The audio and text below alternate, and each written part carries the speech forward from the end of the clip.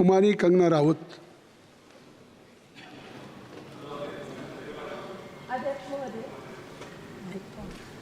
अध्यक्ष महोदय, मैं आपकी धन्यवादी हूँ कि आज मुझे आपने 2024 के इस बजट में अपने विचार रखने का अवसर दिया है और साथ ही मंडी क्षेत्र की जनता जिन्होंने मुझे अपना प्रतिनिधि चुनकर यहाँ उनके पक्ष की बात रखने का मौका दिया है, उनकी भी आभारी हूँ।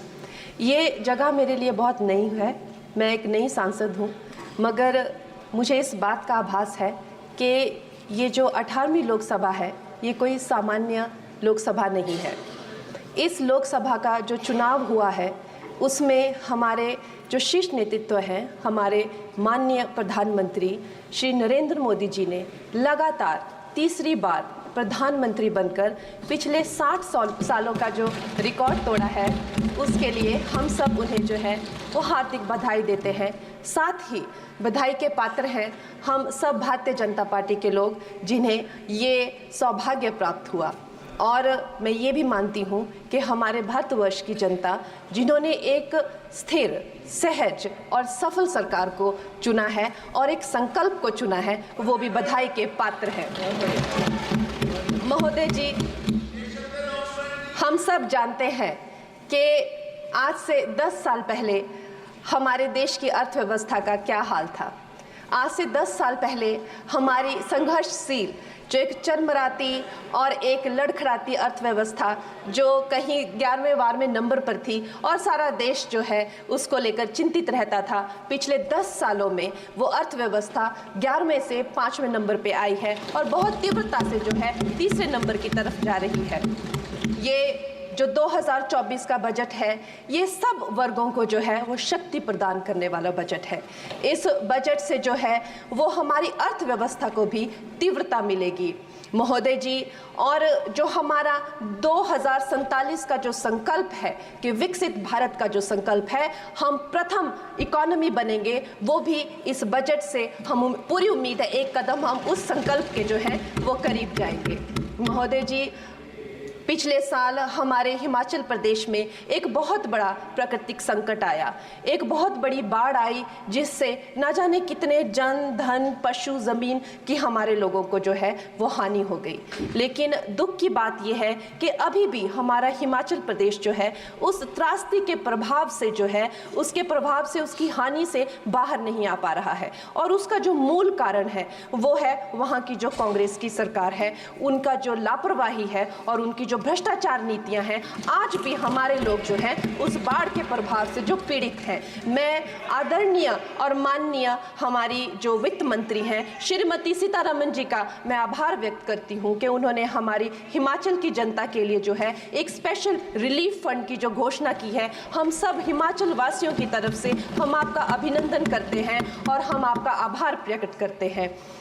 महोदय जी, मुझे ये जान के और आपको बताकर इस बात की खुशी भी होती है और खेद भी होता है कि जितना काम पिछले 10 वर्षों में हमारी भारतीय जनता पार्टी ने हिमाचल प्रदेश में किया है वो उतना काम हमारे आज़ादी के बाद 60 सालों में भी हिमाचल प्रदेश में नहीं हुआ था।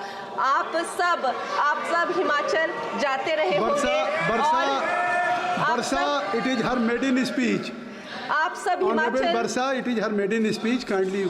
आप सब हिमाचल जाते रहे होंगे और आप सब ने देखा होगा कि वहाँ पर जो है आज से आज़ादी के 60 साल तक सिर्फ कुछ रोड्स बने थे और वो भी हमारे माननीय जो पूर्व प्रधानमंत्री अटल बिहारी जी रहे हैं, उन्होंने अपने कार्यकाल में जो है वो ग्रामीण प्रधानमंत्री सड़क योजना के अंतर्गत वो रोड बनाए थे। लेकिन पिछले 10 वर्षों में प्रधानमंत्री नरेंद्र मोदी जी की सरकार ने हमारे क्षेत्र को जो है एम्स, IIIT, IIM जैसे वैश्विक स्तर के जो है वो संस्थान दिए हैं और वंदे भारत जैसी ट्रेन को हमारे हिमाचल में पहुंचाया है।